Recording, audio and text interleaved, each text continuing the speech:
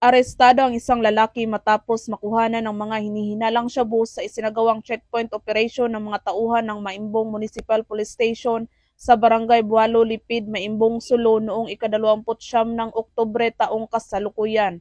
Kinilala ni Police Captain Elmer C. Espaldon, hepe ng Maimbong Municipal Police Station, ang sospek na si alias Umar, 40 anyos na residente ng naturang lugar.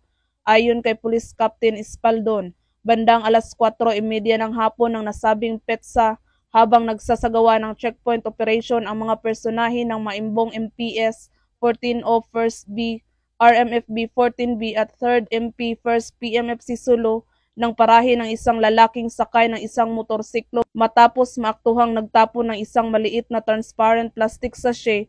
Agad naman itong dumaan sa pagsusuri at doon nagpositibo na ito ay naglalaman ng 3 pirasong maliliit na plastic sachet na naglalaman ng pinaghihinalaang shabu na nagresulta sa pagkakaaresto ng sospek at pagbawi ng isang unit ng Honda Beat 115cc motorsiklo.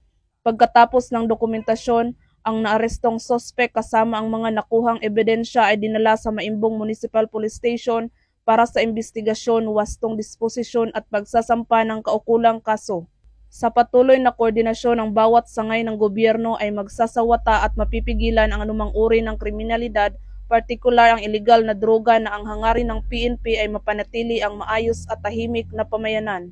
Mula rito sa rehiyon ng Bangsamoro, ako ang inyong PNN correspondent, Patrolwoman Maricris Algabre, alagad ng batas, tagataguyod ng Balitang Pulis.